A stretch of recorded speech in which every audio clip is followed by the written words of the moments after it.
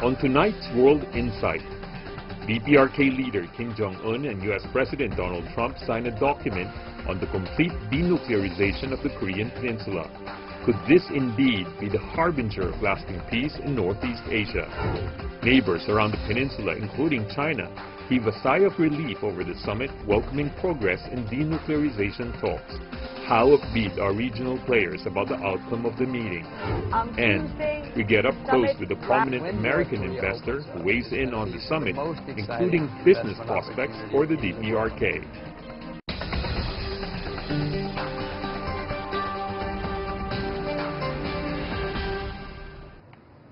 Sitting with the impressive skyline of Singapore in the background, welcome to World Insight special program on the DPRK U.S. Summit. I'm Tian Wei. We are here to bring you an in-depth analysis of what happened on a widely believed historic day and what it could mean to you and me, from fire and fury to the on and off again saga. DPRK and the U.S.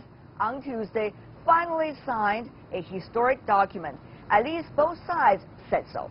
Well, if you think it's too much of an exaggeration, well, at least the meeting was significant because it was the very first time between the incumbent leaders of the United States and the DPRK after the Second World War. Many are interested, though, what it meant. Complete denuclearization, that phrase itself. Before our discussion about that, take a look at this. History has been made. For the first time ever, a DPRK top leader met with an incumbent president of the United States. They shook hands, talked together, and laughed in a televised summit.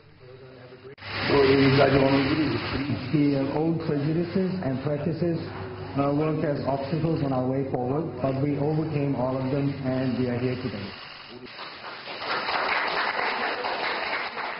U.S. President Donald Trump and DPRK leader Kim Jong Un signed a document on Tuesday afternoon.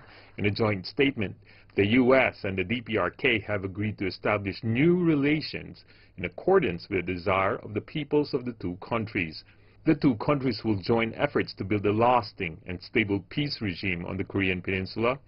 Also reaffirming the Panmunjom Declaration, the DPRK agreed to commit to work towards the complete denuclearization of the Korean Peninsula.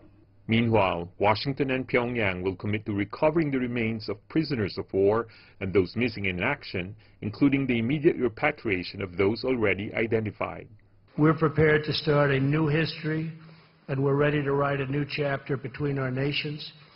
Trump also thanked Chinese President Xi Jinping and South Korean President Moon Jae-in for their efforts in pursuing lasting peace in the Korean Peninsula.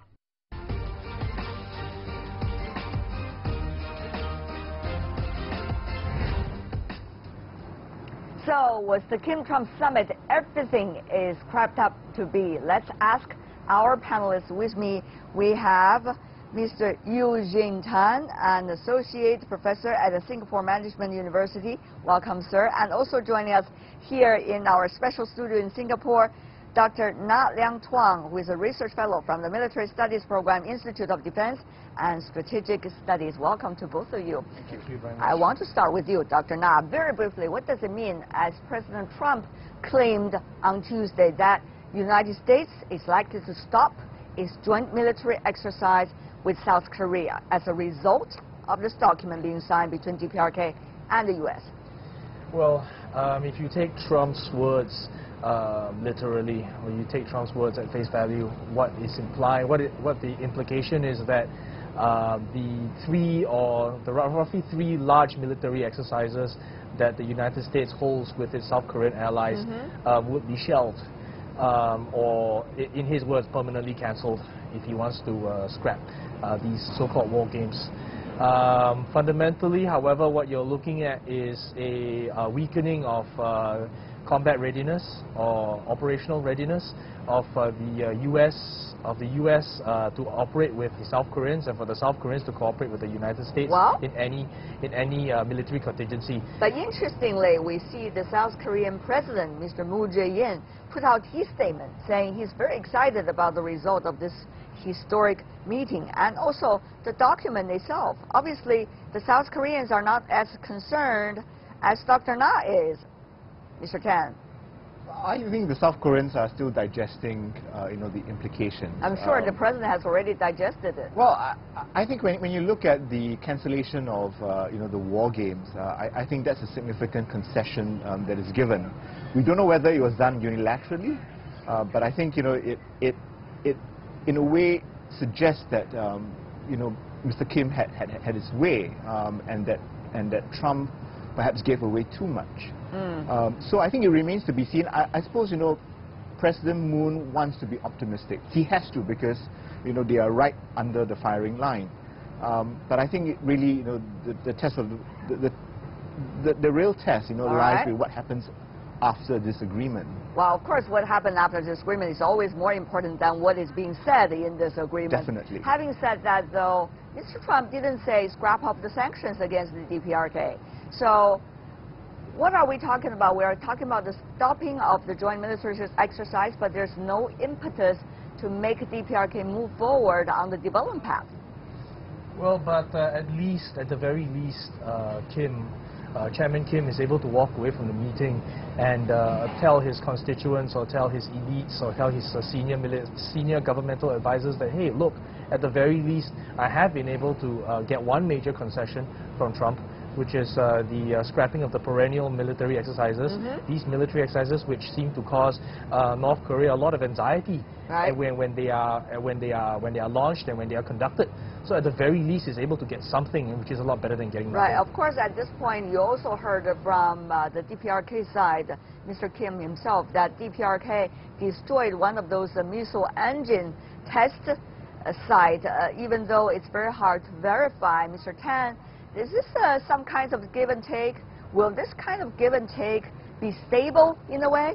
If it is stable, we're going to have a deal, right? If it is not stable, it's just going to be a one-time thing. Correct, and I think that's a concern.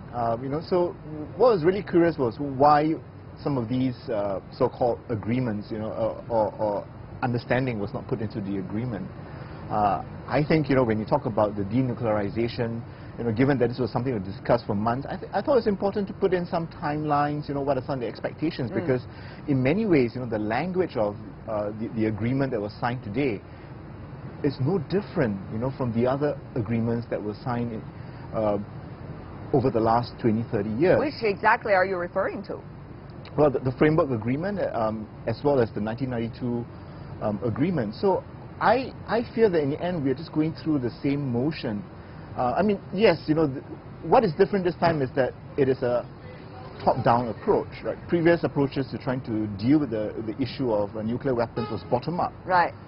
But let's hope that this approach will result in significant difference. The top-down approach. Are we living now in a mirage that this document is going to save us from some of the previous difficulties and challenges, Dr. Na? Well, the mirage that you talk about, the way I see it, you know what? The long sigh you just made remind me of two beautiful long sighs that Dr. Tan also made this afternoon when we were talking about the prospect. But anyway, Mr. Na, go to you now.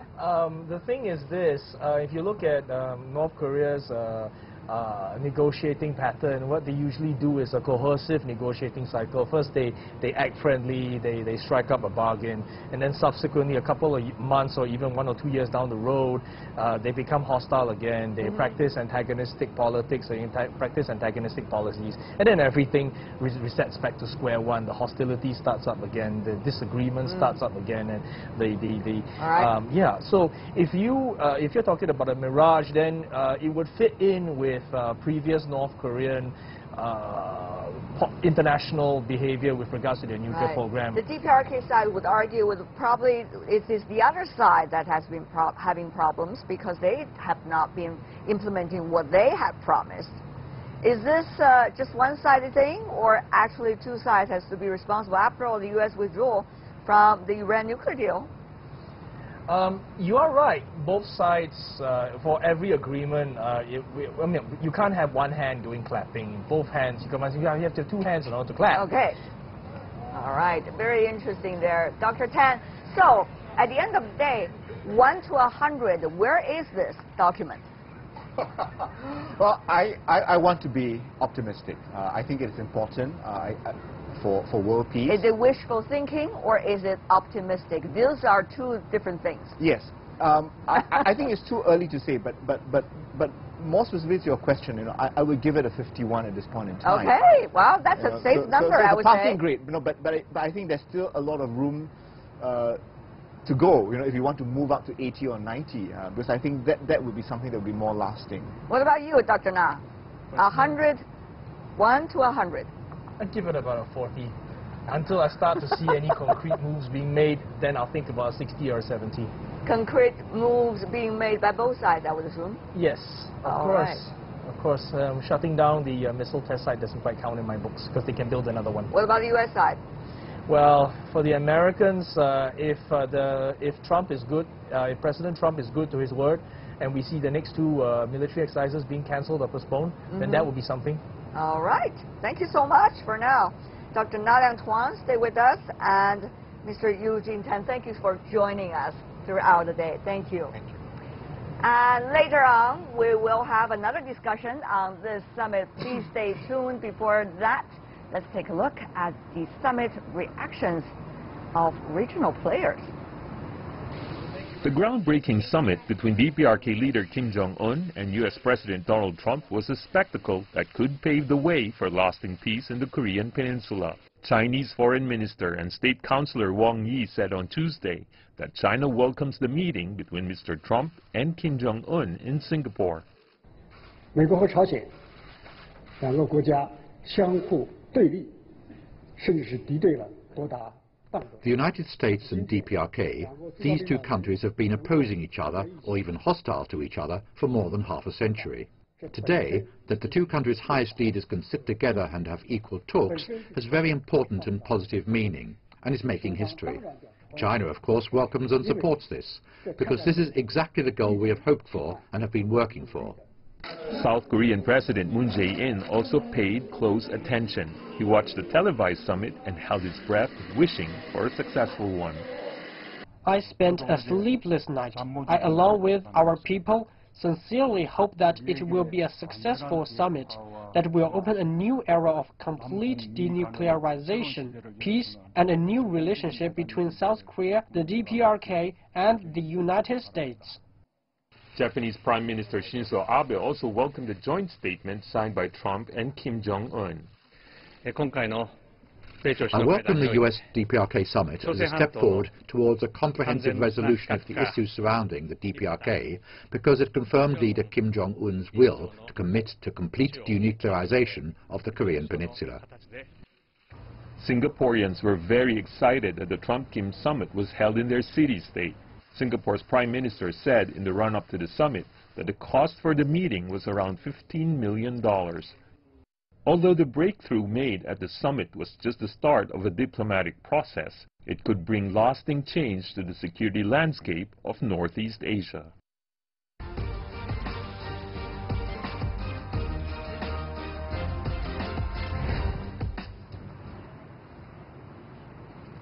For more on the Kim-Trump summit, we're now joined by two guests. Lim Tian-Wai, who's joining us, a new adjunct research fellow at the National University of Singapore.